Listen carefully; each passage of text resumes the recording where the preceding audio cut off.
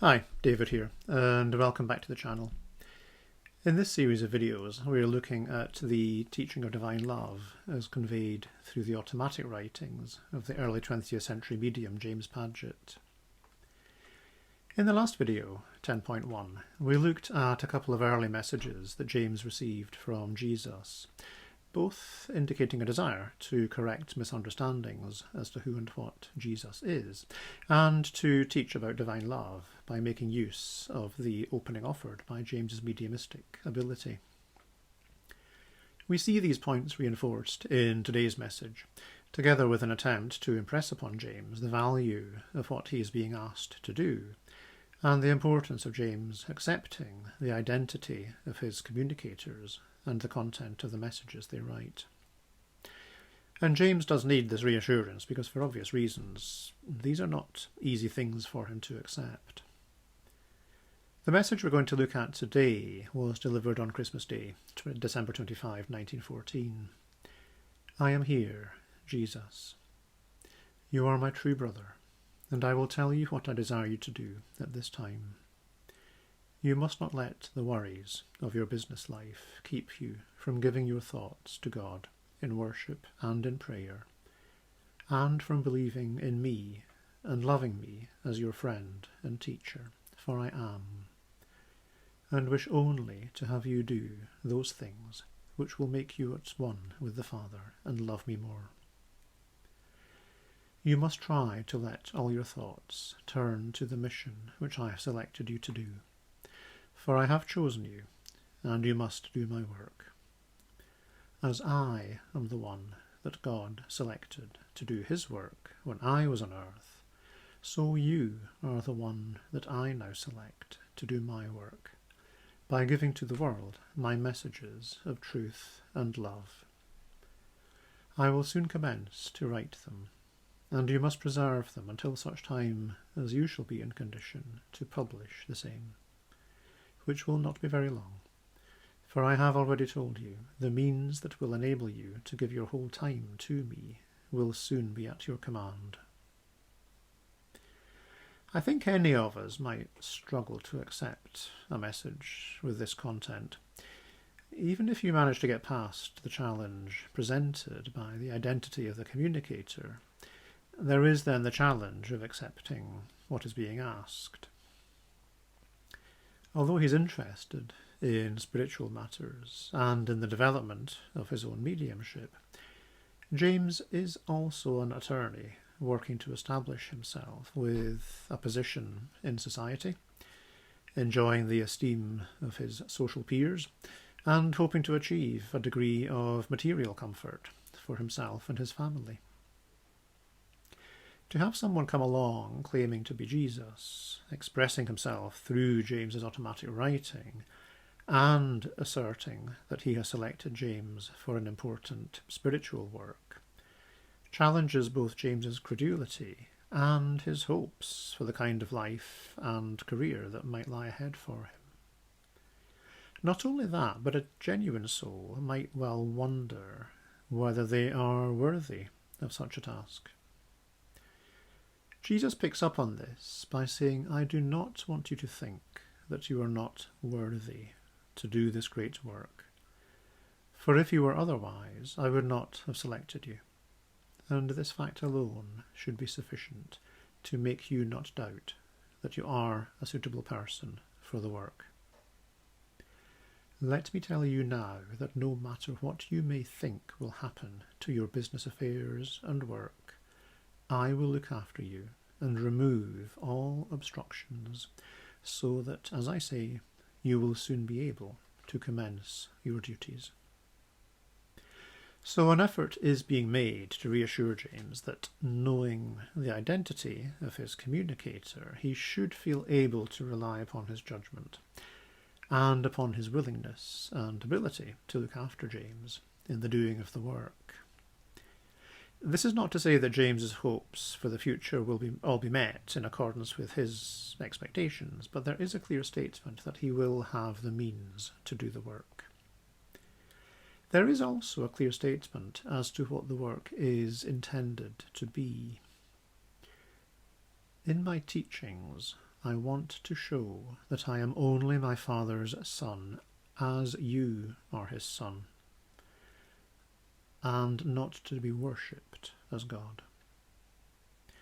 He is the only God, and the people who are worshipping me in all parts of the world are not doing what I desire, for they are putting God in the background and making me their object of worship, which is all wrong, and which I am so anxious to have ceased. This is a clear contrast to traditional Christian teaching as to who and what Jesus was and is, one that could hardly be clearer.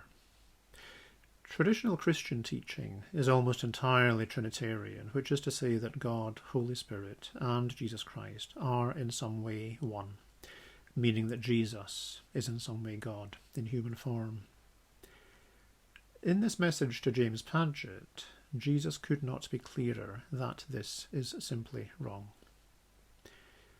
Jesus goes on to say of those who worship him that they must look upon me only as a son of God, and their elder brother, who has received from the Father his full love and confidence, and which I am bidden to teach them.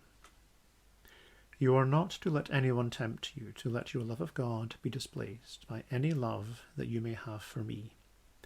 For your love for me must not be the kind that you have for him.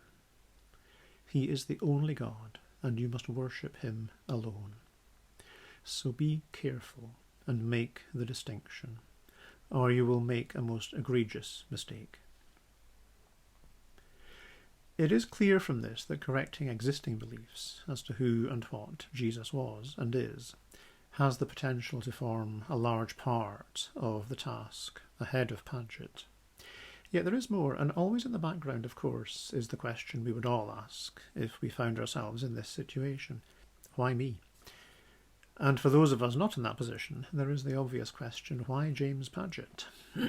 Jesus states, I am your own dear brother and teacher, and love you with a love that I have for very few mortals. Why? Because I see that you will be a true follower of me, and will love God as I love him. Only I do not want you to think that you are now in a condition that leaves you free from sin or the necessity of progressing to the Father, with all your heart, for an inflowing of his love. You must get all this love that is possible, and that can be gotten only by prayer and faith. So in your prayers, have faith, and the time will come when you will become very close to the Father and enjoy his love to a degree that few have so far obtained. Essentially what Jesus is saying is that he has identified in Padgett someone who has the characteristics he needs in order to function as a medium for Jesus and those in spirit working with him. There are future messages that go into this in more detail, but the basic point is that there is some form of affinity that marks James Padgett out as useful, potentially at least. It is made clear in this message that Padgett still has work to do to get himself into condition for undertaking the work, so that the rapport needed can be properly established. The importance of achieving the correct rapport is something that was touched on in video 1.19, when we saw James's wife Helen complaining that she had not been able to get through to him because of his spiritual and mental condition. The key thing here is that Padgett himself must seek divine love, so as to be more fully at one with God. And this will then mean that he is more suited as someone Jesus can establish the necessary rapport with. There is something of a chicken and egg problem here. Ideally, James will come to be more fully at one with God through seeking divine love. But in order to be instructed in this and to achieve a sufficient understanding of what is needed, Jesus needs to get these preliminary messages through, and to get past any doubts, misgivings, feelings of awkwardness, or potential embarrassment that Padgett might be feeling. Indeed, at this point, James asks his communicator whether this is all possible. The reply is, yes, it is possible, and as I say, it will take place. Only do as I have told you. Now, although James has been reassured that he will be helped to do the work, he asks again whether he will be supported in what is being asked of him, only to be told, yes, I will help you with all my power and love, and you will succeed. Only try to believe, and you will realize before you come to the spirit world that God is your Father to a degree that will enable you to live very near him, as I am living. Your faith is now very great, as I know, and notwithstanding the fact that at times you have doubts and get despondent, yet your faith is there, and it will grow in intensity and become so strong that it will never again be broken. James asks whether the work is going to involve contradicting or correcting many of the things traditionally believed about Jesus. He seems to ask specifically whether the things said about Jesus in the Bible are true. The reply is yes, there are many things in my life, as written in the Bible, which are true, and many that are not true. These I will tell you when I come to write my messages, and you must wait until then. At this point, James appears to ask whether Jesus had the power to forgive sin. In traditional Jewish thinking, only God could do this. It was also the case that disability or illness was often interpreted as a sign of divine judgment on the sins of the sufferer. So when Jesus healed, it was sometimes taken as a sign that he was able to forgive sin. Of course, any suggestion that Jesus was able to do this was contrary to what the Jerusalem temple priests taught, and any claim by Jesus that he was able to do this would be taken as blasphemy. So it's a contentious point. The reason James asks it here is because of what Jesus has just said about him not being God. Is the forgiveness of sin reserved only to God? Or, even though he was and is not God, did Jesus tell people that sin could be forgiven? Jesus replies, yes, I did, but not in the sense that it is taught. To forgive sin is only to let the true penitent feel that just as soon as he prays to God to blot out his past offences, and truly believe that he will do so, the sins are no longer held against him, for which he will have to account. I could not myself forgive sin, for I was not God, but I could tell them truly that if they repented, God would forgive their sins. Later I will tell you in detail what real forgiveness is and what it consists of. Jesus illustrates this by explaining one of the more famous healings that we have differing accounts of in the New Testament. In the fourth Gospel, according to John, at the beginning of chapter 5, there is an account of a healing that took place at the pool of Bethesda in Jerusalem. The water of the pool was reputed to have healing powers when the waters were disturbed, which was taken as a sign that the Spirit of the Lord was present. So people who were ill or infirm would wait until there was an appropriate sign, whereupon they would go down into the water, hoping to be healed, forgiven. In chapter 5 of John's Gospel, Jesus spoke to an invalid who was lying there, unable even to get to the water. Jesus simply asked him if he wishes to be healed, then told him to get up, take his bed and walk, which he was able to do. It's sometimes translated as take up your pallet and walk, but some sort of bedroll probably gives a better idea of what the man was lying on. In the Gospels of Matthew and Mark, as they have come down to us, the same healing is narrated, but the location seems to be different, as there's no mention of the pool of Bethesda. I've put the New Testament references in the video description in case you want to read them for yourself and compare them to what is said in this message. Anyway, to get back to what Jesus told Padgett about all this, he says, "As for the healing act which I performed at the pool of Bethesda, I am reported to have said, is it easier to say, 'Take up thy bed and walk,' than for God to forgive your sin?" Well, that is the way it is recorded, but that is not what I said. Actually, I said, "That thou may know that the Son of Man, through the power of God, can forgive sin, I say unto you, take up thy bed and walk." It was only as God's instrument in showing man the way to his divine love that I could bring about forgiveness of sin, and not by any power of my own. If God did not forgive, I could not, and neither can any man. So what Jesus is saying here is that the healing was a sign, a demonstration of what is possible when a medium or instrument shares in divine love, so as to be a channel directly for God.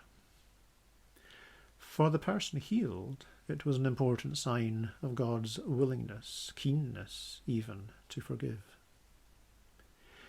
In a world where everyone was taught to fear God and obey the priests instead of loving him, this was a fresh and much needed message, and it is still one that is needed.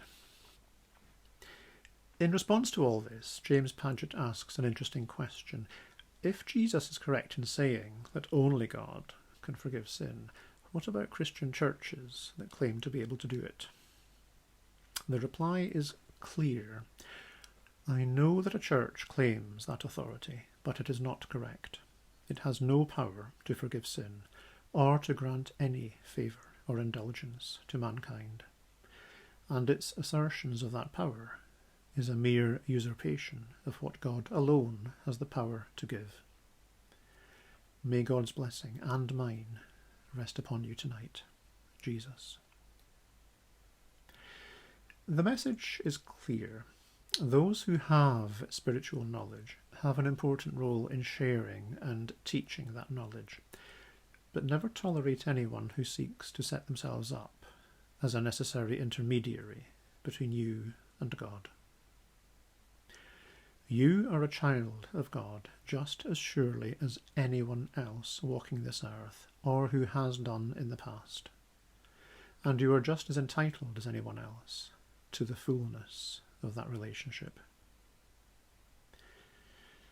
The next video in this series, focusing on the teaching of divine love, will be uploaded next Sunday, all being well, when we will be looking at a message James Padgett received in March 1915, which brings into clearer focus the difference between human or natural love and divine love. So I hope you'll join me for that, as we are now getting more fully into teachings that you can apply for yourself as part of your own spiritual growth. Although there is a lot to explain in future videos, including a lot of fascinating history, make sure you keep the knowledge of divine love close to you, and that you apply it. The next midweek video will be another in the series looking at messages James received from personal friends and acquaintances in spirit. This week we will be looking at one from Padgett's old law partner, sharing his experience of life in spirit, including his efforts to learn about divine love and to explore it more fully. So I hope you'll join me and enjoy either or both of those. In the meantime, if you've enjoyed this video, please do like it and subscribe, as it does help to introduce the channel to others who might be interested. As always, thank you for watching, and I'll see you soon. Take care.